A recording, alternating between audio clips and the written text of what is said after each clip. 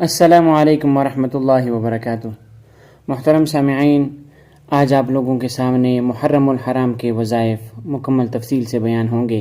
یہاں پر پہلی بات یہ ہے کہ اگر آپ محرم الحرام میں جو وظائف ہیں اگر آپ اس کا معمول بنائیں گے تو انشاءاللہ تعالی سال بھر کے لیے آپ کے گھر میں رحمتیں نازل ہوں گی۔ پہلا یہ ہے کہ یوم عاشورہ یعنی 10 محرم کا روزہ، اس کے ساتھ آپ نے یا 9 محرم کے ساتھ 10واں روزہ رکھنا ہے 10 محرم کا، یا اگر آپ 10 محرم کو روزہ رکھتے ہیں تو 11 والا یعنی 11 محرم کا روزہ بھی آپ نے رکھنا ہے۔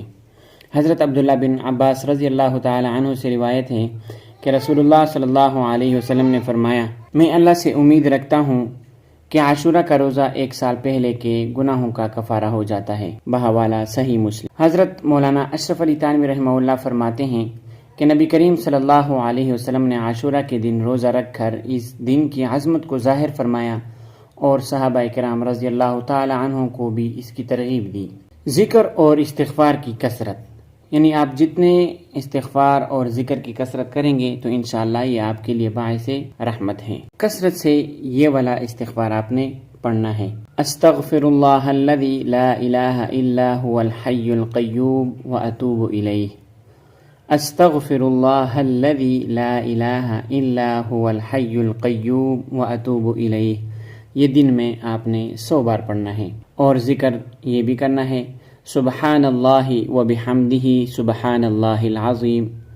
تیسرا ذکر لا الہ الا اللہ وحدہ لا شریک لہ، 100 بار روزانہ آپ نے پڑھنا ہے محرم کے مہینے میں۔ محرم کے دنوں میں سورہ اخلاص کا ورد رزق میں برکت، دل کی صفائی اور باطنی نور کے لیے انتہائی مفید ہے، آپ اس کا ضرور معمول بنائیں۔ روزانہ فجر کے بعد یا مغرب کے بعد 100 بار سورۃ الاخلاص پڑھیں، اللہ تعالیٰ انشاءاللہ آپ کے گھر میں رحمت نازل فرمائیں گے۔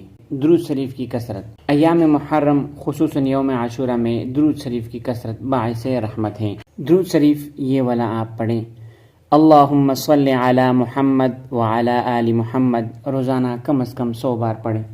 اس کے علاوہ اگر آپ کے لیے لمبا ہے نہیں پڑھ سکتے ہیں تو آپ صرف اور صرف یہ بھی پڑھ سکتے ہیں صلی اللہ علیہ وسلم۔